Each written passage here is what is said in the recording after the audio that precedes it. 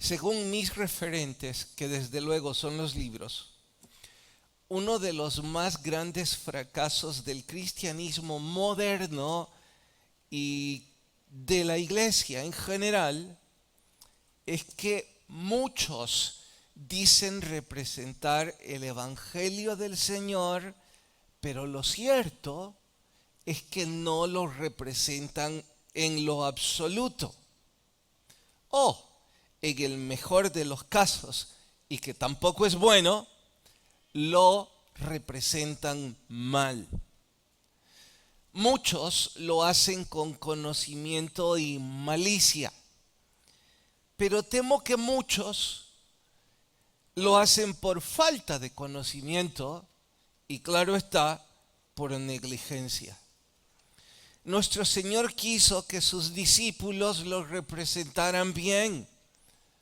Nuestro Señor se aseguró que los ministerios de los discípulos fueran eficaces y fueran fieles. Sin duda, por eso los 3 años de entrenamiento a tiempo completo. Los principios que el Señor Jesús dio a ellos en estos 3 años de capacitación fueron sin duda la base del éxito de la historia de la iglesia primitiva. De ahí el poder y el mover que el Espíritu Santo manifestó en todo ese tiempo de la historia y que para tragedia nuestra no hemos podido replicar. Esos principios siguen siendo los mismos que deberíamos seguir. Lamentablemente creo que algunas iglesias, pastores, líderes y miembros en general de las iglesias pasamos por alto dichos principios y por ello nuestras frustraciones y nuestros desaciertos. Estoy muy ansioso por empezar este estudio. Es que mis errores en mi gestión como pastor o como padre de familia con frecuencia me hacen ineficaz. Con frecuencia me deprime el hecho de no alcanzar mis metas o de no ser eficiente. Con esto yo puedo responderme qué hice mal e intentar acciones correctivas. Estoy seguro que una de las circunstancias más frustrantes en la vida es cuando estamos teniendo malos resultados en nuestra gestión, ya sea secular o espiritual. Digo, estamos teniendo malos resultados en nuestro trabajo, en nuestros negocios, en nuestra familia o en nuestro ministerio y no sabemos qué hicimos mal, ni tampoco sabemos cómo corregirlo. Eso es frustrante. Pero por eso digo que me entusiasma este estudio porque puedo revisar los principios y asegurarme de yo estarlos poniendo en práctica. Cuando hablo de no saber lo que hicimos mal y seguirlo repitiendo, como ilustración cito a aquel hombre en consejería a quien pregunté qué fue lo que destruyó su primer matrimonio. Él no se esperaba que yo preguntara eso porque él estaba pidiendo ayuda en su matrimonio actual. De momento hizo una pausa y supe que su intriga era, pero vamos, predicador, mi solicitud es cómo mejorar mi matrimonio actual. Yo insistí que destruyó su primer matrimonio.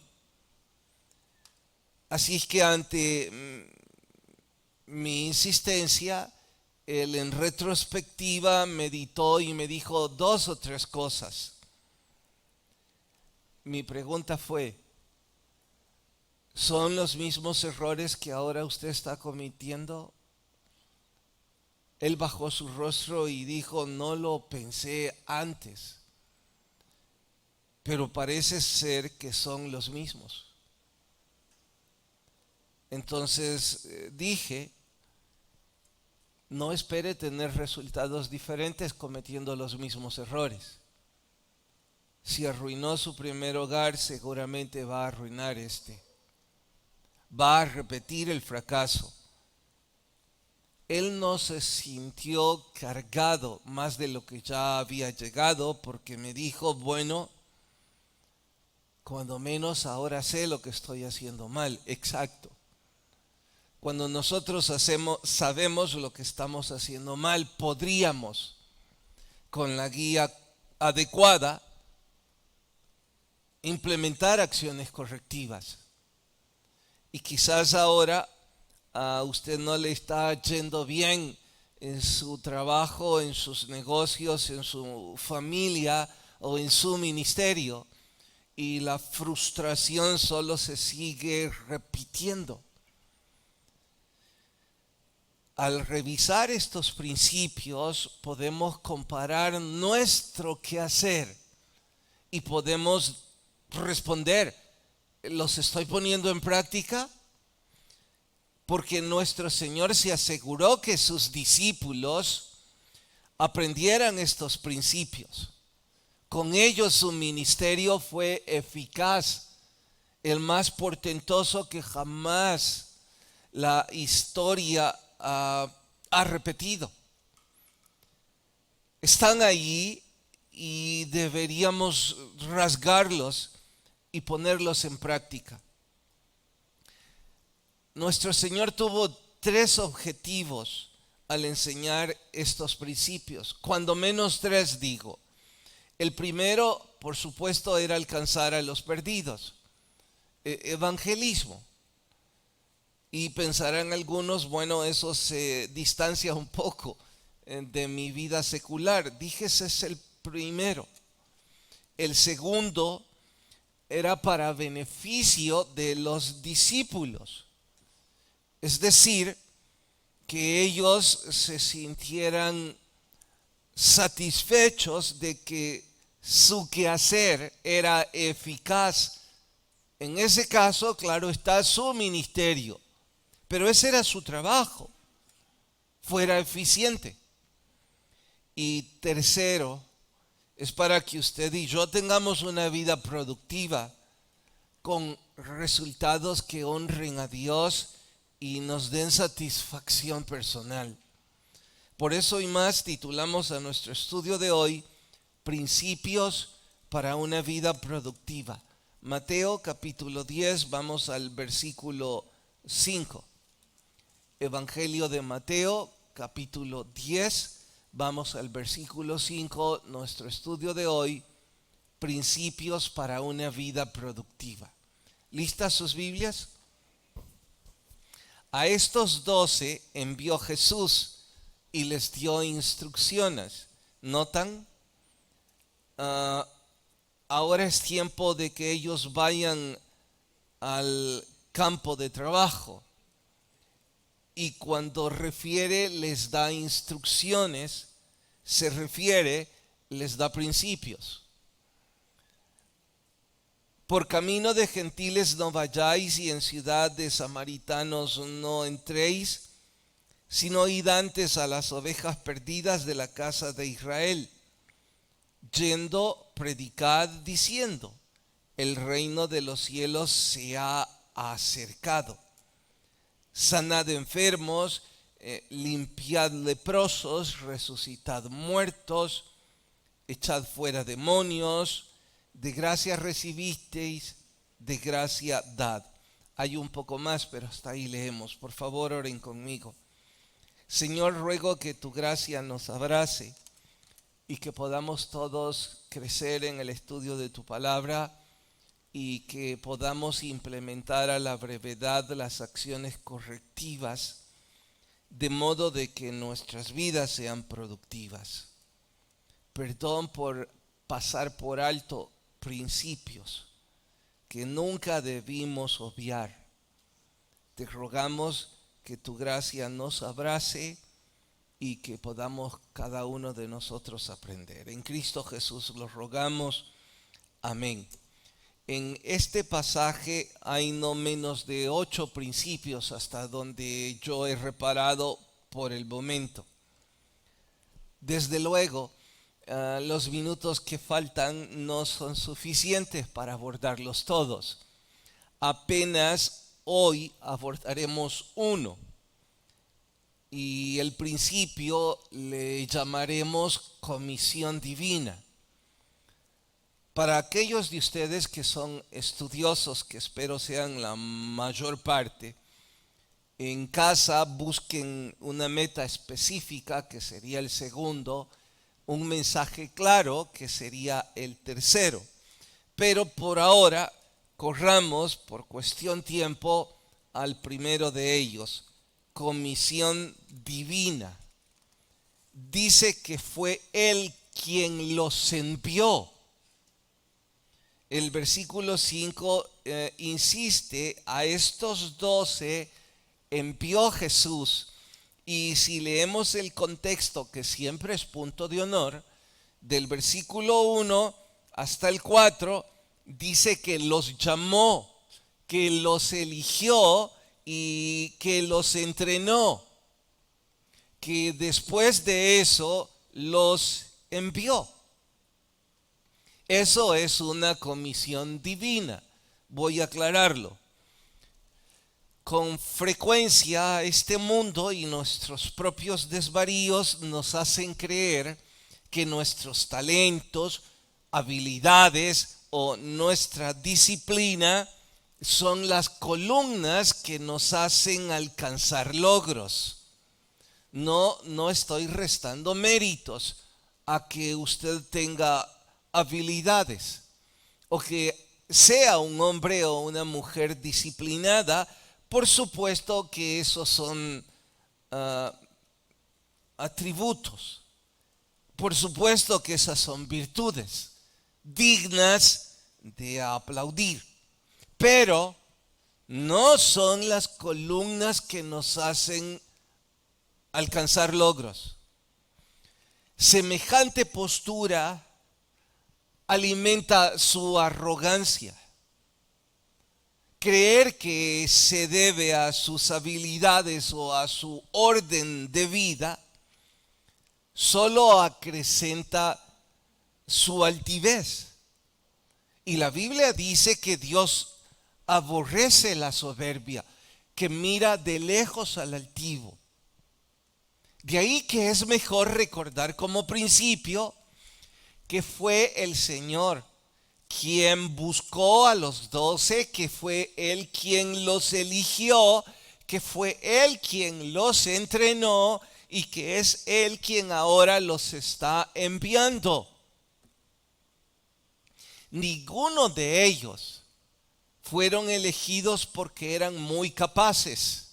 No olvide que otro pasaje dice que nuestro Señor escogió lo menos calificado.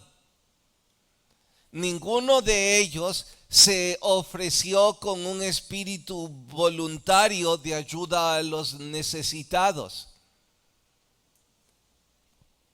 Ninguno de ellos puede agenciarse que tenía un espíritu filantrópico y que entonces quería ayudar a la humanidad. Todos ellos fueron soberanamente elegidos, llamados, entrenados y ahora enviados. Estaban bajo órdenes divinas a las que nadie podía o debería resistirse. Eso es una comisión divina. Si quisiera otro pasaje, referiría lo que el Señor le dijo a Jeremías. Antes de que nacieras, Desde el vientre de tu madre yo te elegí, te santifiqué para ser profeta a las naciones.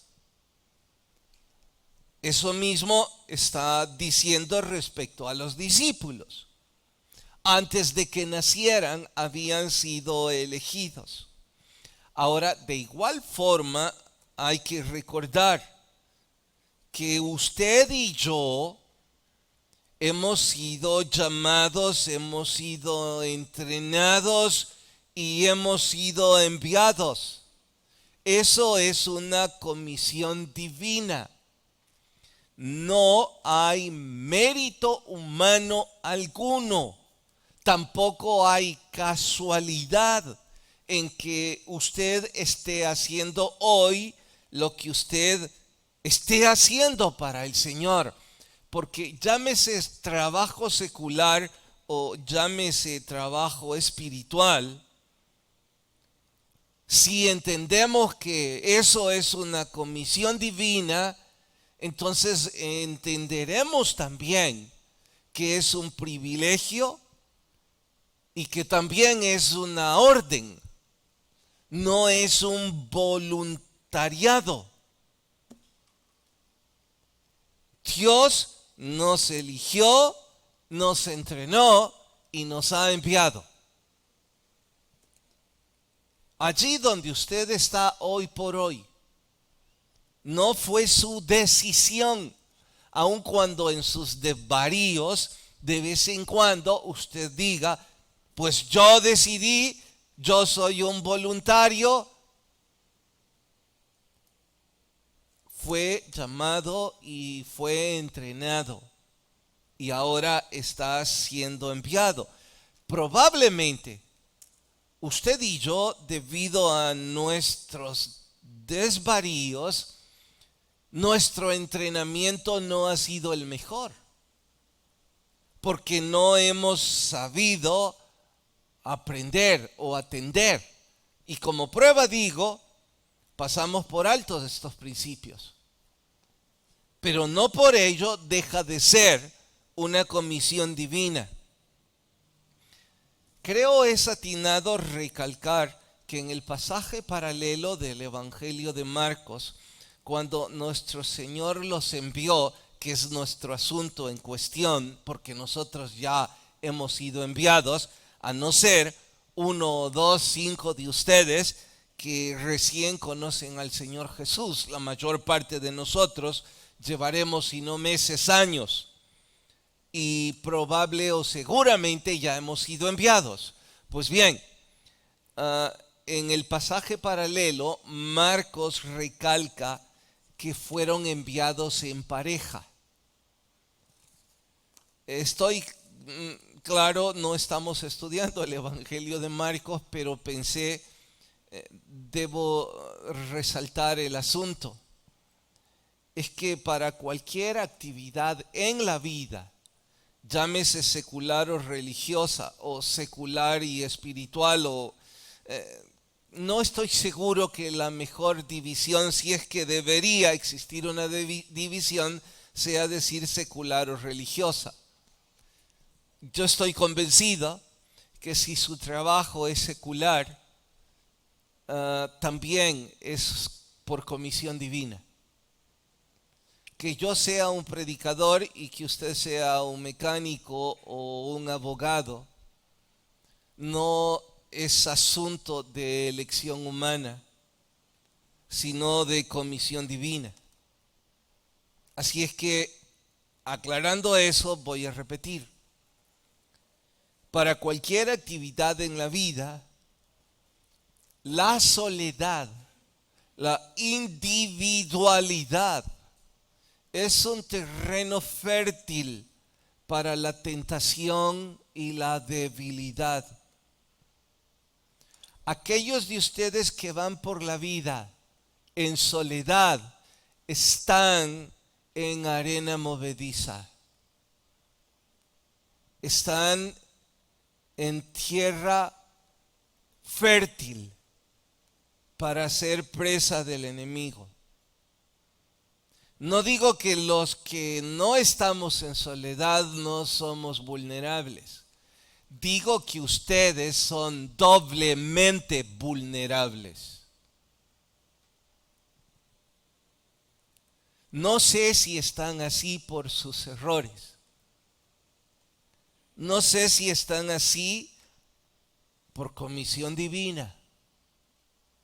Pero en cualesquiera sea la respuesta, usted debería estar mucho más atento que todos nosotros. Porque la comisión fue dada para ir en pareja.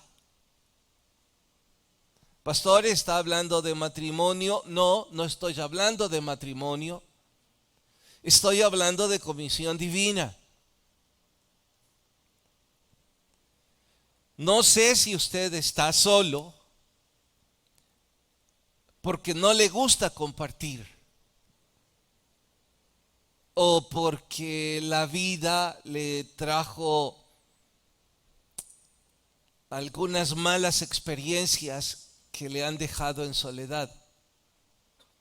No es el diseño divino que usted quiera avivar su experiencia. Ese es su asunto. El diseño bíblico es en pareja. Puedo decirle 10 razones, como por ejemplo, se animan entre sí, se rinden cuentas entre sí, mitigan la fatiga y la presión entre sí, y 10 cosas más. Pero creo que ustedes no necesitan más razones. Creo que ustedes solo necesitan volver a los principios.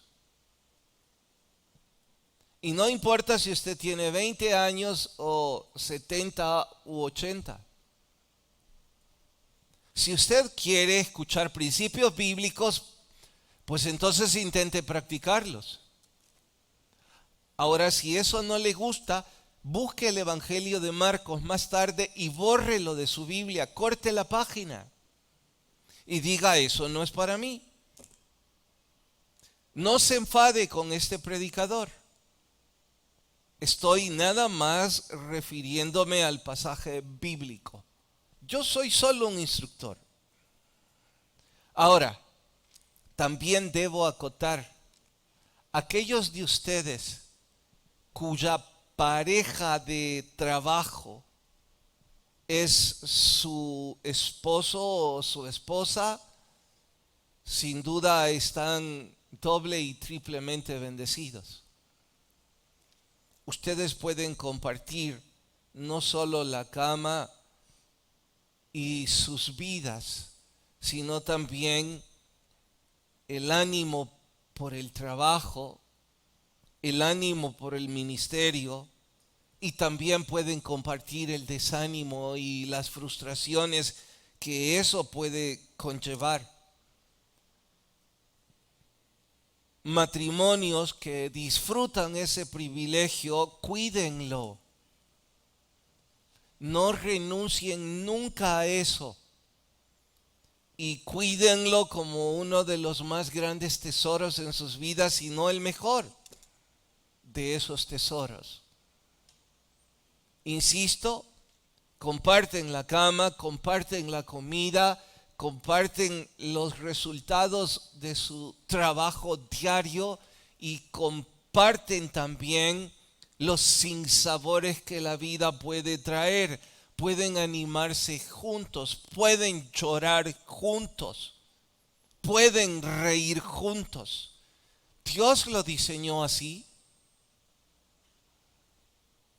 Así es que si ustedes tienen ese privilegio, cultívenlo aún más, porque sin duda es un grande honor. Ahora, cónyuges que no están apoyando a su pareja, ni en su trabajo secular, ni en su ministerio, ustedes son instrumentos que destruyen ministerios. cónyuges que no están apoyando a su pareja, ustedes son personas que destruyen ministerios. No olviden que su actuar negativo hacia ese ministerio o hacia ese trabajo, en su caso puede ser solo, según usted, una reacción negativa o una forma de reclamar sus derechos, pero también puede ser el instrumento que el enemigo ocupa para destruir ministerios. No se sume a ello. Sea sabio o sabia, porque no lo olvide, esto es una comisión divina. Es que ese es el asunto. No fue nuestra elección. Hemos sido enviados para hacer eso. Y si hemos sido enviados, entonces deberíamos asumirlo como un grande honor, no como una carga.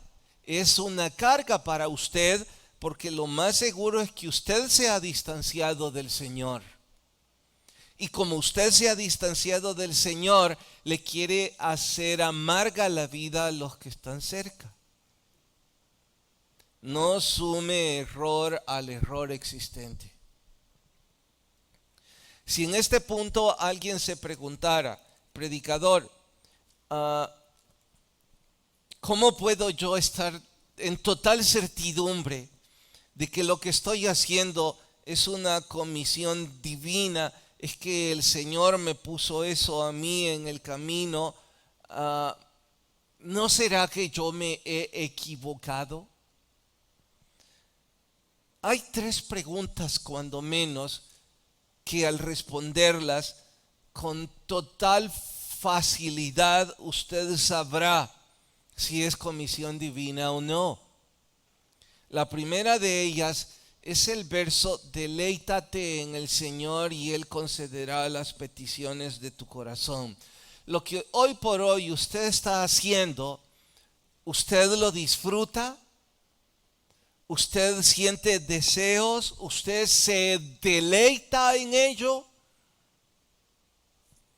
Si usted no se deleita en lo que está haciendo, eso es una especie de esclavitud. No concibo que Dios ponga comisiones en la mente y en el sentimiento de una persona al punto de que esa persona no disfrute y no arda en deseos de hacerlo. Les diré un ejemplo.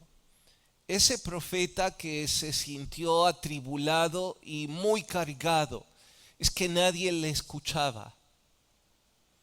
Es que lejos de seguir sus profecías, arremetían contra él por sus profecías. Intentó todo lo que humanamente estaba a su alcance para ser escuchado.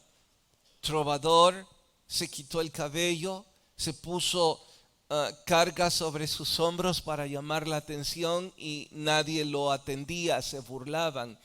Harto de sus errores, según él, dijo: estoy cansado de hacer esto. No estaba cansado de hacer eso, estaba cansado de que nadie lo escuchara, pero él no terminaba de asimilar que su comisión era: hablarás y no te escucharán. Así que, harto de eso, decidió renunciar. Y justo cuando él estaba a punto de dimitir, él mismo escribe: pero en mis venas mi sangre ardía. Había fuego dentro de mí que no me permitía dejar de hablar. Me quema, dijo él. Bueno, si usted siente deseos, si usted se deleita, si hay un fuego que le quema por dentro, la primera pregunta ya está resuelta. ¿Siente deseos por lo que está haciendo? Segundo, ¿hay una comunidad que confirma lo que hace? ¿Qué significa eso, predicador? Bueno, significa que hay gente alrededor suyo que está animándole a hacer lo que ya está haciendo. Hay gente que le extraña. Hay gente que usted es bendición para ellos y que cuando usted no habla, cuando no hace, cuando no llega, esas personas sienten necesidad de usted. No voy a referir el nombre de esta persona, pero por respeto a él y a su familia, aunque él está ya en la presencia del Señor, después de su muerte hubo tantas personas extrañándolo en la iglesia. Había tantas personas diciendo, bueno, es que él lo hacía así, es que nos hace falta o lo extraño. Entonces entendí, con razón este hermano siempre estaba tan animado.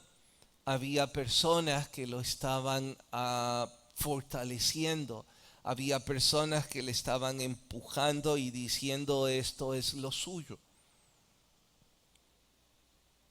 Me da pena poner esto como ejemplo, pero creo que la razón por la que terminé siendo pastor fue esa.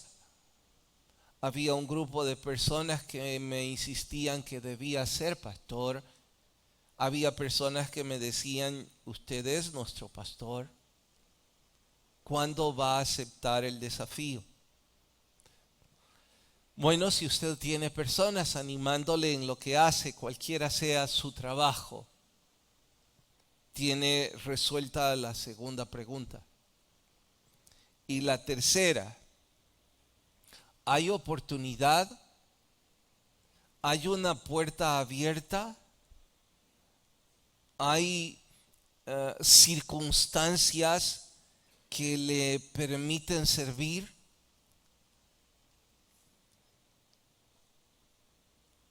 Tiempo atrás, hablo de nuestro país ahora, hacer ministerio en esta comunidad no era fácil. No digo que ahora es muy fácil, pero digo que ahora hay tantas oportunidades y tantas puertas abiertas.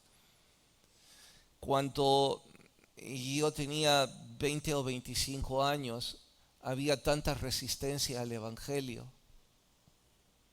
Ahora hay tantas personas diciendo, ¿por qué no nos predica? ¿Por qué no nos enseña? Quiero escuchar del Evangelio. ¿Por qué no hacen esto aquí en mi casa? ¿Por qué no el ministerio X, por qué no hace esto? Sin duda, el verso de que la mies es mucha y los obreros son pocos, en nuestro contexto está muy marcado. Así es que si usted tiene oportunidades para hacer su ministerio, tiene resuelta la tercera pregunta, y ahora que las tres han sido respondidas, usted puede decir si usted tiene una comisión divina o no, si usted ha sido enviado o no. Yo quiero creer que con esto es suficiente para que todos estuvieran convencidos de que Él nos envió y que lo vamos a considerar tan grande honor que prestaremos atención al segundo principio para hacer lo que Él nos envió a hacer con eficiencia. Si Él nos llamó a ser un maestro de capilla, si Él nos llamó a ser un instructor en Patmos, si Él nos llamó a estar en el ministerio de parqueo, si Él nos llamó a dirigir un equipo de fútbol, si Él nos llamó a estar en un grupo de música, si Él nos llamó a ser diácono, si Él nos envió hacer eso. Es un honor grande y lo voy a hacer con toda la pasión que tenga en mis venas. Insisto que hasta aquí quisiera creer que ya es suficiente. Pero en caso alguno todavía no esté lo suficientemente animado,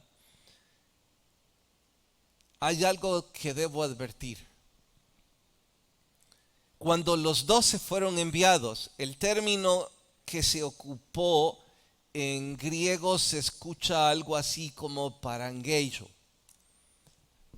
Claro está, no sé griego.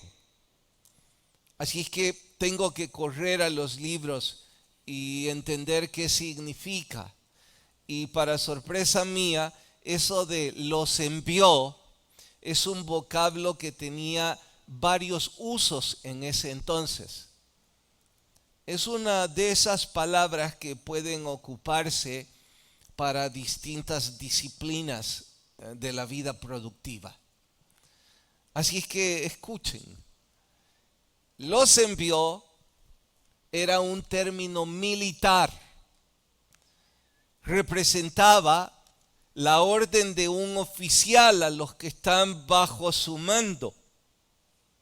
Claro que si se trata de un término militar, la orden requiere obediencia sin vacilación y sin reservas.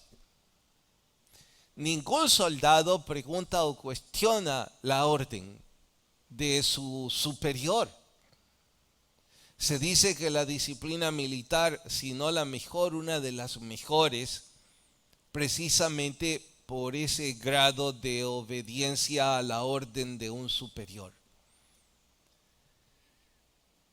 Bien, significa entonces que cuando el Señor los envió, les dio una orden de su superior al subalterno.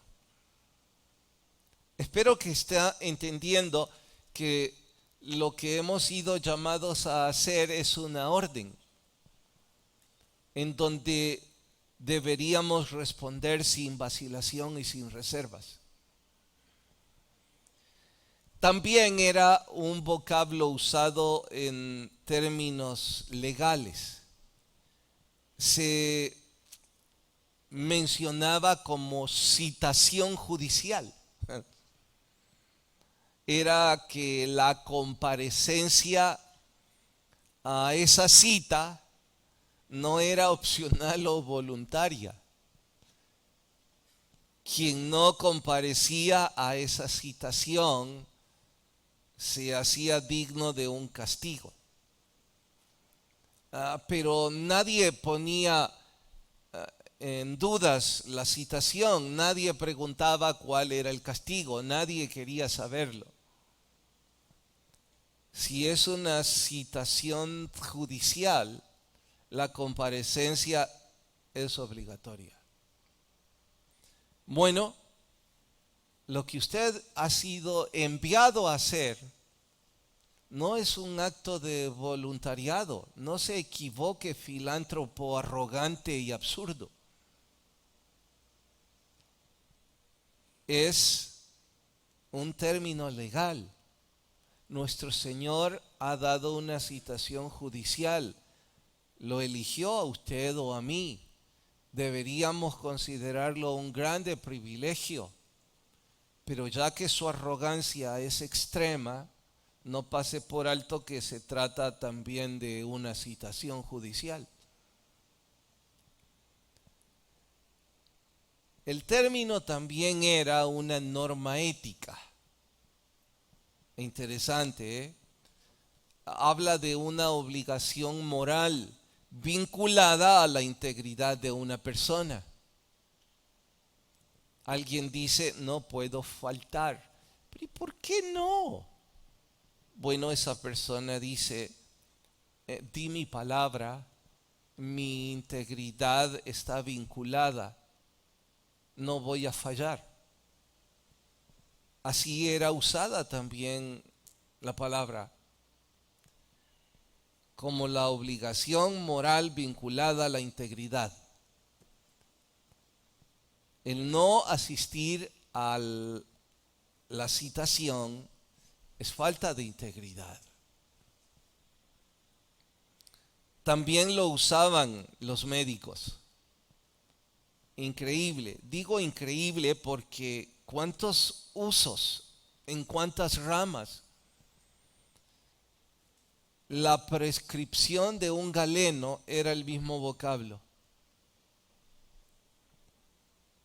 Lo que el médico le está recetando a su paciente. Algo que no se puede obviar.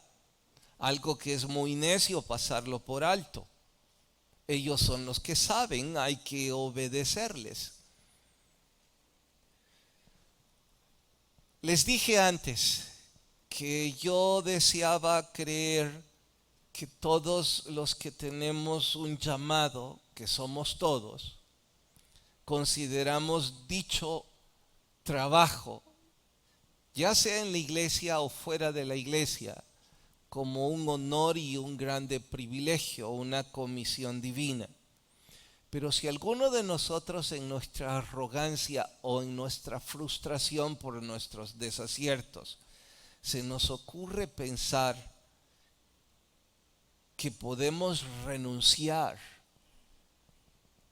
o desistir del llamado que Dios nos ha hecho, recuerden que ese término "los envió" es un término que se usa como una comisión militar, una citación judicial, un término médico y está atado a la integridad. Aún así, ¿usted renunciaría? Servir a Dios en nuestro trabajo o en nuestra iglesia es siempre una comisión divina. Ese es un principio que no deberíamos nunca pasar por alto. Vamos a orar.